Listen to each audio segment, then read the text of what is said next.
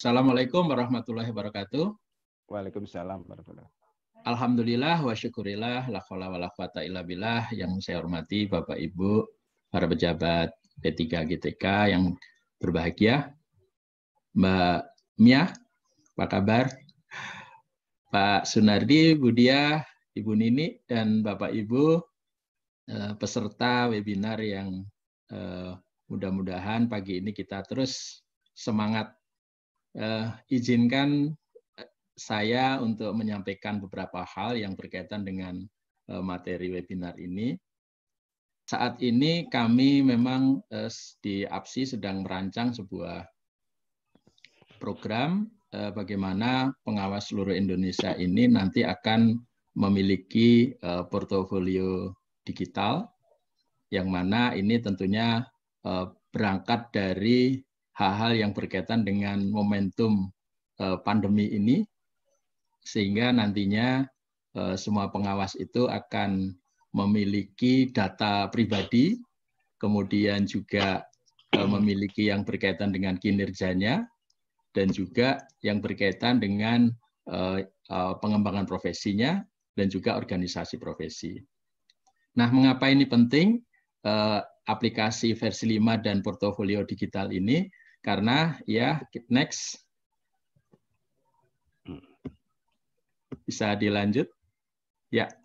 Nah,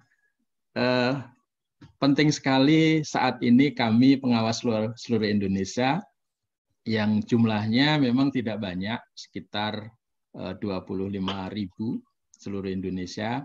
Nah, ketika ini nanti akan ada di dalam sebuah rumah digital, yang mana setiap pengawas seluruh Indonesia ini akan terhubung secara virtual, kemudian juga berbasisnya teknologi digital, karena memang bagaimanapun kondisi saat ini itulah yang paling memungkinkan untuk saling bisa berbagi, bisa belajar bersama, dan tentunya semua pengawas kita akan dorong memiliki portofolio digital, ya. Jadi kita punya rumah digital, di dalamnya ada portofolio digital dari teman-teman pengawas seluruh Indonesia yang berbasis tentunya nanti virtuality-nya seindah reality. Ya, next.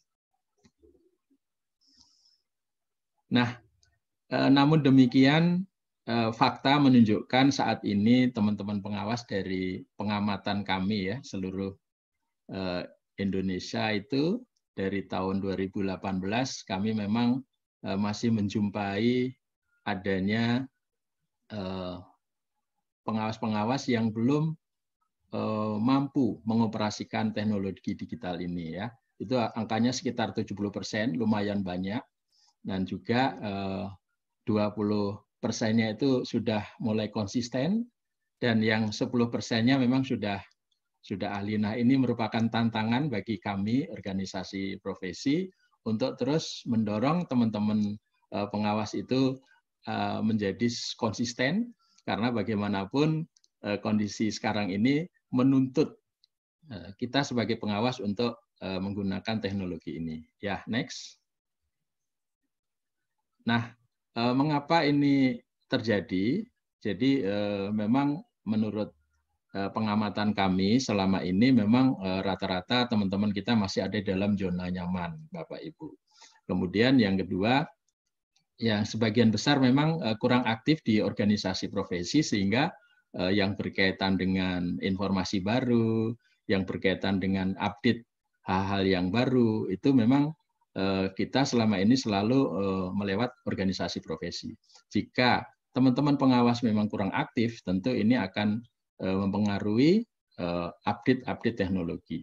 Kemudian yang ketiga, memang kurangnya investasi di bidang ilmu pengetahuan dan teknologi. Jadi masih merasa belum penting, belum perlu. Sehingga ketika masa pandemi ini mau tidak mau, mereka harus kita paksa untuk melakukan investasi di bidang ilmu pengetahuan dan teknologi. Next. Kemudian solusinya adalah tentunya kita harus melakukan langkah-langkah di mana di program APSI ini kita membangun sebuah aplikasi yang kita sebut e-pengawas versi 5. Mengapa versi 5? Karena aplikasi yang versi 5 ini nantinya akan berbasis web. Jadi kita akan kembangkan aplikasi kita ini lewat web, sehingga teman-teman pengawas di seluruh Indonesia akan mudah mengakses aplikasi ini, dan juga nanti tentu bisa bermanfaat bagi tugas-tugas dalam membina sekolahnya. Dan juga di dalam portofolio digital ini juga nanti diharapkan teman-teman aktif berorganisasi karena kita sudah terhubung dengan teknologi. Next. Lanjut ya. Nah, lalu apa yang ada di dalam portofolio digital itu diharapkan kita dorong semua teman-teman pengawas itu nanti akan membangun semacam diri ya. Jadi punya data diri ya, berkaitan dengan portofolio diri, yang berkaitan dengan data-data yang otentik tentang diri. Dan sekarang ini rata-rata teman-teman pengawas sudah ada data itu, baik itu di Simtendik ataupun di data-data kepegawaian di dinasnya masing-masing. Nah, setelah itu dari data diri itu kemudian mereka akan berkiprah ke dalam kinerjanya, ya, di dalam kinerjanya, sehingga ketika kinerjanya itu sudah kita wadai dalam aplikasi, tentunya ini akan sangat membantu tugas dan pekerjaan dari pengawas itu sendiri. Nah, tentu semuanya itu akan didorong, akan diarahkan untuk saling berbagi di organisasi profesi. Lanjut. Nah, data diri itu apa saja? Di sana kita setiap pengawas itu punya Dapodik, punya Simtendik, juga yang berkaitan dengan kompetensinya, berkaitan dengan literasinya, berkaitan dengan karakternya, dan juga berkaitan dengan prestasi dan best practice-nya, yang berkaitan dengan sosial kemasyarakatannya, dan juga tentu jaringan-jaringan yang dibangun oleh diri pengawas itu sendiri. Kemudian lanjut. Ya, nah di dalam aplikasi e-pengawas tentunya ini nanti berkaitan dengan kinerja pengawas itu sendiri. Setelah melalui pengumpulan data diri, kemudian teman-teman pengawas itu akan mengaktualisasikan kinerjanya melalui aplikasi.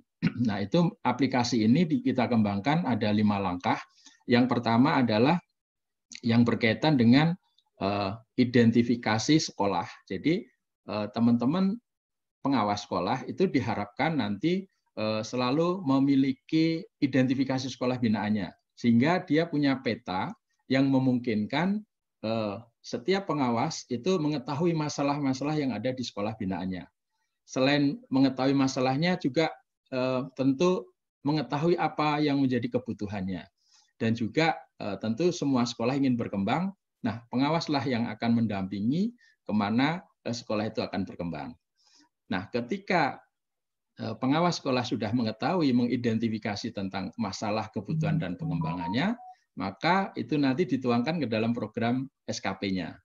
Nah, ketika program SKP-nya sudah dimasukkan sesuai dengan peta tadi, maka nanti seorang pengawas sekolah akan membuat programnya sesuai dengan temuan-temuan di dalam sekolah binaannya tadi.